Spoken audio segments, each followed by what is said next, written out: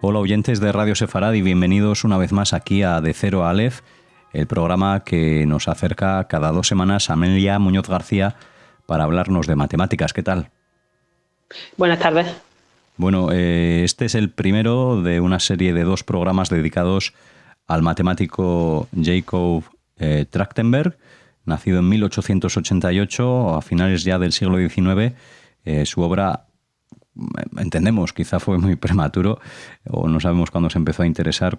Cuéntanos tú, Amelia, es de principios del siglo XX. Pues sí, en efecto, este hombre va a ser un matemático judío ruso que destaca por sus contribuciones principalmente en cálculo mental. Desarrolla una serie de técnicas durante su encarcelamiento en varios campos de concentración sobre cómo llevar a cabo pues esos cálculos mentales que no requieran una gran pericia y sin embargo que puedan implicar números grandes. Posteriormente, tras su fuga y su huida a Suiza, comienza a enseñarlo, en particular a niños, en su Instituto de Matemáticas que inaugura en Zúrich al principio de la década de 1950. Hay que destacar que el método de cálculo de Trachtenberg va a ser una técnica, como comentaba antes, de cálculo mental que inventa, hasta cierto punto lo de inventa Jacob, y se centra en producto, división y suma de números principalmente, y permite llevar a cabo lo que se conoce como cuentas, ¿no?, muy deprisa y sin necesidad de memorizar las tablas de multiplicar enteras, sino que va a funcionar por medio de reglillas más simples, unas reglas que no requieren pensar mucho, podríamos decir, y que tratan los dígitos de manera individual. Algunas de las reglas que aplica Jacob pues van a ser, en vez de multiplicación normal, pues lleva a cabo transformaciones numéricas, como por ejemplo duplicar, o sea, poner el doble, sumar o restar cierta cantidad, sumar vecinos. De hecho, lo de sumar vecinos es lo que hace el multiplicar por 11, ¿no? Un ejemplo, si uno multiplica 11 por 72, ¿no?, pues te saldría 782. Pero él lo que hace, en vez de llevar a cabo la cuenta con lápiz y papel usual, pues dice, mantengo el 7 de 2, mantengo el 2 de 72 y ahora sumo el 7 y el 2 y me sale 9 y te queda 792. No el número que he dicho antes, que por cierto creo que me he equivocado. Has dicho 782. Sí, pues ahí me he equivocado yo sumando, fíjense ustedes. ¿Y esto, qué tontería? Amelia, es esa nueva forma de multiplicar que hay en las escuelas que sacan como una especie de árbol o una cosa así? Pues donde yo he enseñado no, pero desde luego esto era una cosa que yo quería poner de manifiesto, y es el hecho de que a día de hoy en los institutos, ¿no?, se pone un énfasis especial en el cálculo mental en comparación a eso que se le daba antes, que lo tenía pero pasaba bastante más desapercibido, y entonces en los institutos, ¿por qué no enseñar el método de Trachtenberg?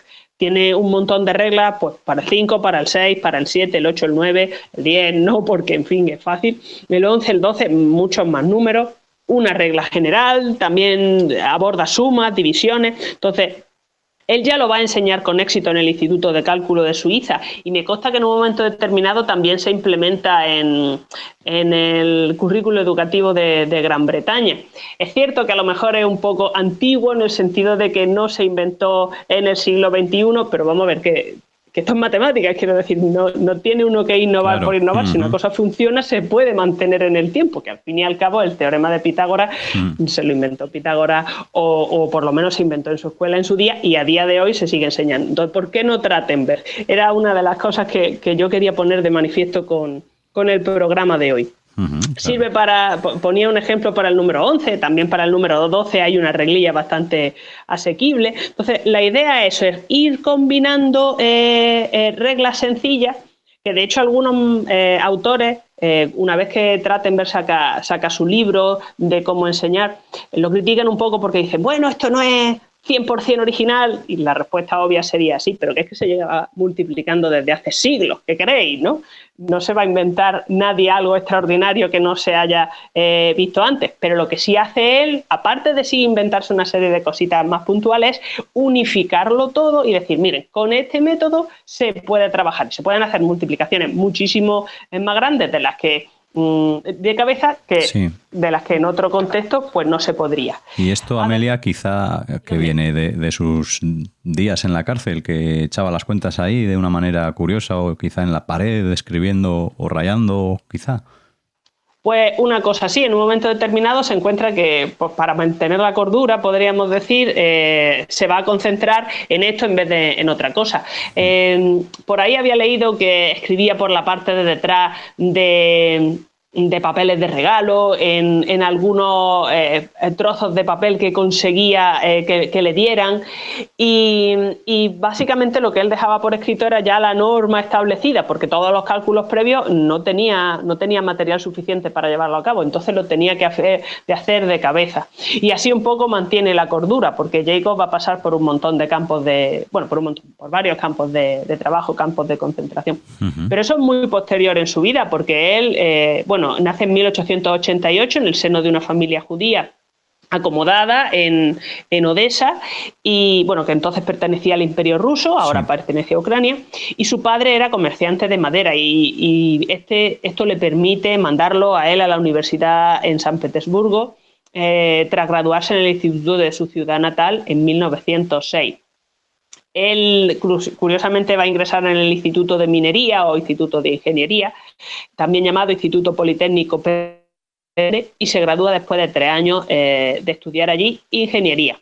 Había que mencionar que Jacob no es matemático de formación. De hecho, no hay constancia ni siquiera de que tenga un doctorado, ni de que tuviera una carrera como profesor universitario tras su graduación, que suele ser lo habitual en nuestras biografías, pero este hombre va totalmente aparte en ese sentido.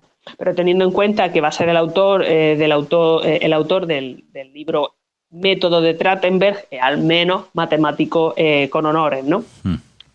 Volviendo a su vida, tras graduarse en 1909, va a pasar unos cuantos años, seguro que es lo que está haciendo. Se especula con que a lo mejor trabajó para el ayuntamiento durante un tiempo, para el alcalde, pero lo que sí se sabe es que en 1918 consigue un trabajo en el astillero Obukhov de San Petersburgo, un astillero importantísimo, gigantesco en términos de personal y de cosas que se hacían allí, donde se construyen buques de guerra para la armada rusa. Comienza como ingeniero auxiliar, pero va ascendiendo y llega a ingeniero jefe en poco tiempo, ya veremos por qué. Aunque no conozcamos su medio de vida en este tiempo que se pierde, hay evidencias de que al estallar la Segunda Guerra Mundial va a ponerse a gestionar un grupo llamado Sociedad del Buen Samaritano, que formaba estudiantes para cuidar de los heridos durante.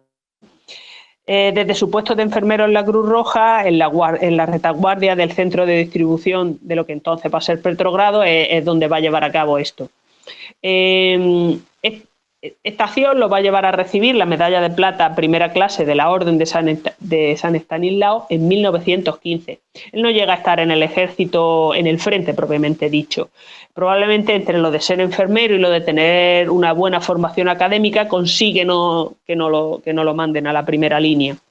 Teniendo en cuenta que era un pacifista acérrimo, no me extraña que eligiera o que se esforzara por seguir este camino de enfermero en vez de otro. Volviendo a la fábrica que mencionábamos antes, este lugar inmenso, nos encontramos con que tras la guerra dejan de fundir cañones, que era lo que estaban haciendo en aquel momento, no para dedicarse a la fabricación de artefactos de vida civil, podríamos llamarlo. Es una historia llamativa la de Jacob en esta fábrica.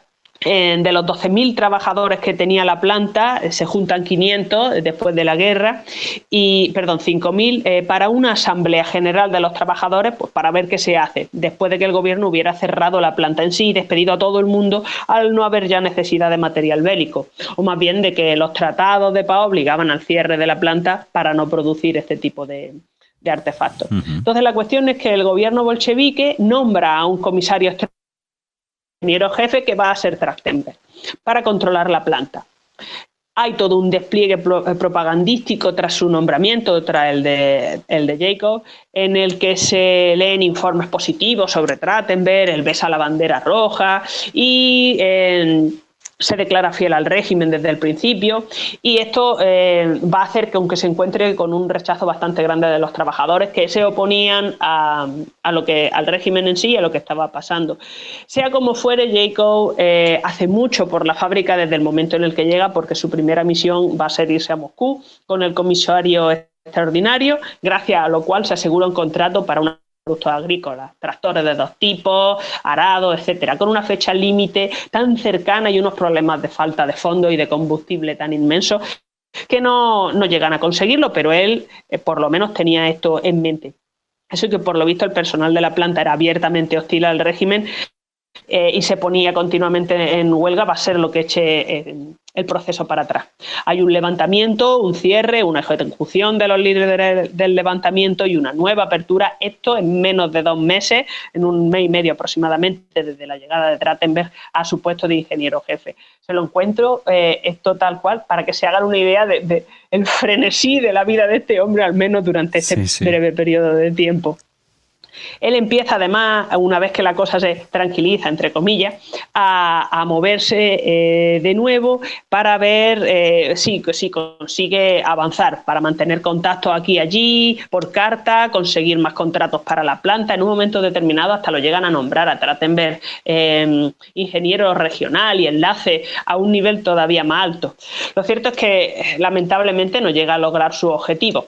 Es más, por lo visto, en un momento determinado, en torno a principios de 1919, lo acusan de colaborar con el régimen zarista y tiene que huir del país disfrazado de campesino.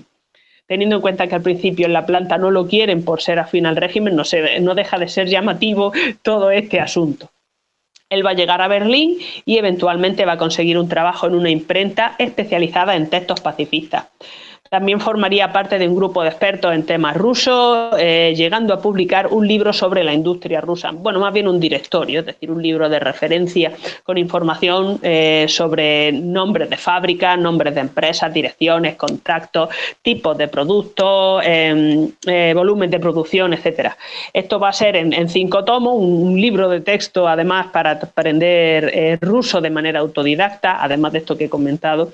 Un periódico con noticias sobre Rusia, sobre todo reediciones de artículos rusos, etcétera. Entonces nos encontramos con que abandona totalmente su faceta de ingeniero, al menos al principio, y se dedica a la publicación.